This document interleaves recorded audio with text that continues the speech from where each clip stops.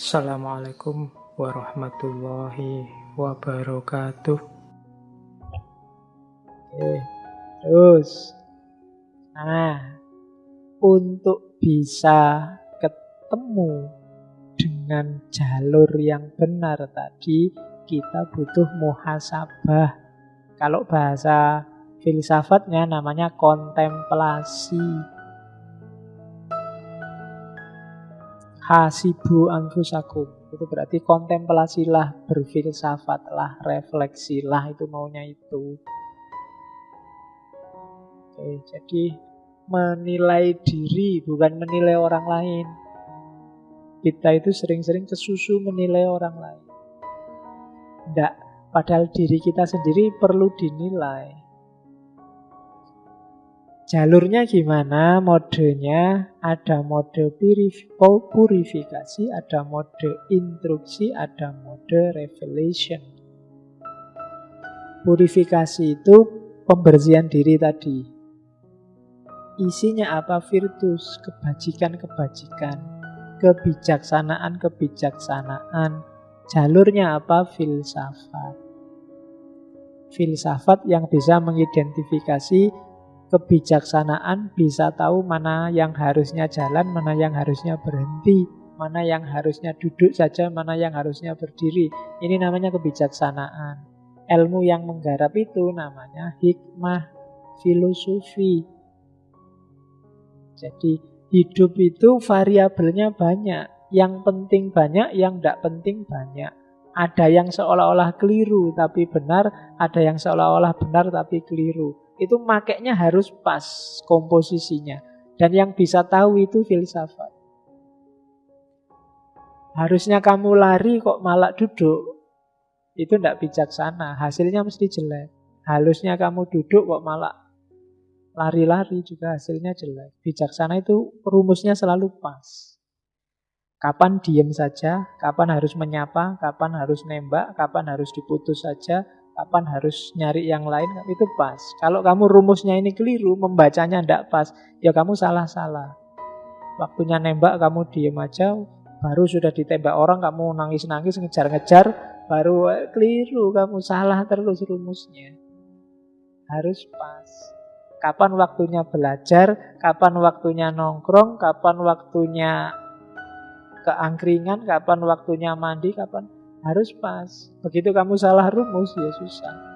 Waktunya belajar kamu malah nonton TV, nanti begitu sudah saatnya buka buku kamu ngantuk.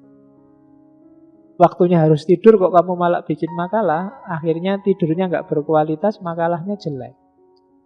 Nggak pas rumusnya.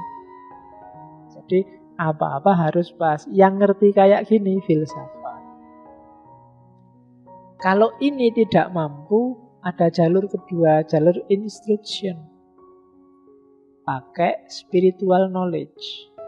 Namanya teologi. Pak, saya tidak mampu Pak, mikir sendiri susah Pak. Ya sudah, pakai fasilitas yang diberikan oleh Tuhan, oleh Allah. Teologi, ajaran agama. Allah itu kan sayang sama kita, terus kita tidak usah capek-capek mikir deh, ini tak kasih yang instan, tinggal dijalankan. Namanya teologi, instruksi sifatnya. Itu namanya, ya isinya spiritual knowledge, pengetahuan-pengetahuan spiritual. Kita harus begini, kita harus begitu, jangan begini, jangan begitu. Nah, itu langsung resepnya dari Tuhan. Namanya teologi. Kalau merasa belum tangguh untuk berpikir sendiri, ya pakai jalur teologi. Kalau mampu juga pakai jalur yang ketiga, namanya jalur teurgi. Kalau teologi itu cuma teori-teori, konsep-konsep. Kalau teurgi itu sifatnya pengalaman. Dapat wawasan dari pengalaman, itu teurgi. Kamu nolong orang lain, terus rasanya kok nyaman. Nah, ini pengetahuan teologi. Kalau teologi, kamu baca Quran, terus Quran nyuruh sodako, terus kamu sodako. Nah, ini teologi. Tapi kalau teologi, pengetahuannya kamu dapat dari praktik sehari-hari. Itu teologi. Ya jalurnya revelation. Revelation itu sejajar sama intuition, sejajar sama ilham, sejajar sama wahyu. Pengetahuan namanya ilmu huduri. Pengetahuannya datang langsung dalam hidup kita. Kenapa datang langsung? Wong kita ngalami sendiri. Itu namanya teurgi. Hari ini Jogja kok panas sekali ya? Loh, kok kamu tahu? Lah aku sekarang ada di Jogja. Itu teurgi. Hari ini Jogja panas. Dari mana taunya? Dari TV. Nah itu teologi. Jadi kalau teologi itu ajarannya sifatnya instruksi. Kamu tidak ngalami sendiri tapi terus ikut. Kalau teurgi kamu alami sendiri. Kalau filosofi ini jalur hikmah. Orang yang bisa berpikir mendalam meskipun nggak ngalami, dia bisa melakukan kalkulasi-kalkulasi rasional, situasional, sehingga keputusannya pas. Nah, itu jalur filosofi.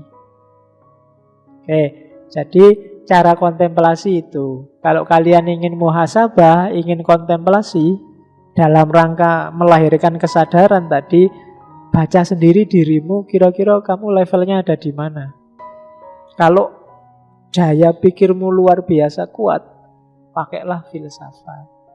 Kalau tidak, ya pakai teologi. Kalau pemahaman agak susah, konseptual agak susah, pakai teurgi. Itu tiga jalur. Jadi tidak harus tafakur di kamar, tapi orang teurgi itu ya dari pengalaman sehari-hari dia ngambil pelajaran terus. Tapi yang filsafat itu tanpa harus ngalami, dia bisa melakukan refleksi.